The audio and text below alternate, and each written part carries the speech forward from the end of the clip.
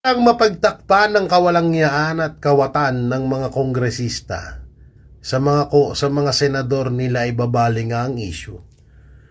May kita nyo naman dyan, di ba? Nandiyan si Senator Jinggoy Estrada, Senator Villanueva, at former Senator Bong Revilla. Galing. Tangina, talagang full blast ang Congress, no?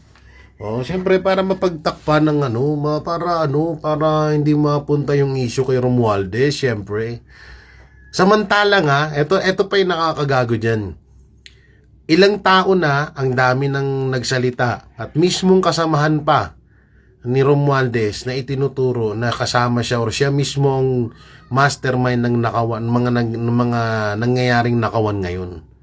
Hindi nila inaaksyonan yun. Samantalang yung paratang kay Senator Bong Revilla at sa ibang mga senador, kagaya kay Senator Chis Escudero, puro bintang lang, puro hearsay, lahat walang sapat na ebidensya, paulit-ulit lang at parang ibinulong lang sa kanila na may ganito ganyan.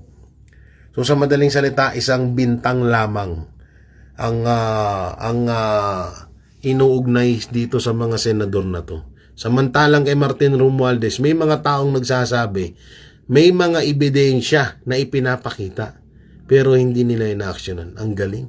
Ang galing nyo mang baliktad ng issue na dapat ay sa inyo.